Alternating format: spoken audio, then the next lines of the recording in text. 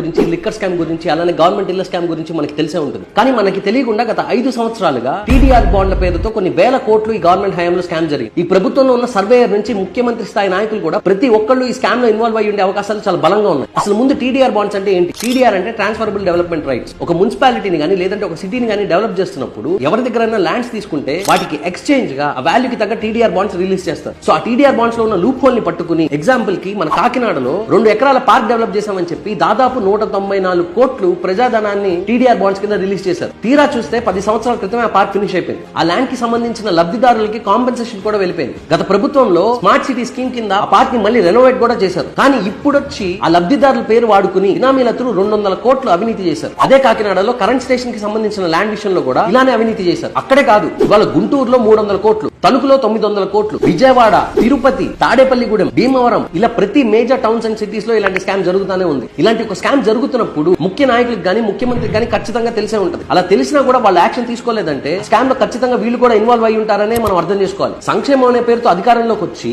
ఇవాళ పేదలు పెత్తందారులను మాట్లాడుతూ తెర వెనకాల వీళ్ళు చేసేది ఏంటంటే దోచుకోవడం, దాచుకోవడం. వీళ్ళు నాయకులు కాదు, కరప్షన్ కౌరవులు. అపోజిషన్ పార్టీ వాళ్ళు కూడా చంద్రబాబు నాయుడు గారు గానీ, పవన్ కళ్యాణ్ గారు గానీ, పురంధేశ్వర్ గారు గానీ ఖచ్చితంగా ఈ ఇష్యూని బలంగా అడ్రస్ చేయాల్సిన అవసరం ఉంది. వీళ్ళు ఎంత ఈ ఇష్యూ గురించి మాట్లాడితే అంత ఈ స్కామ్ ఎక్స్పోజ్ అవుతుంది.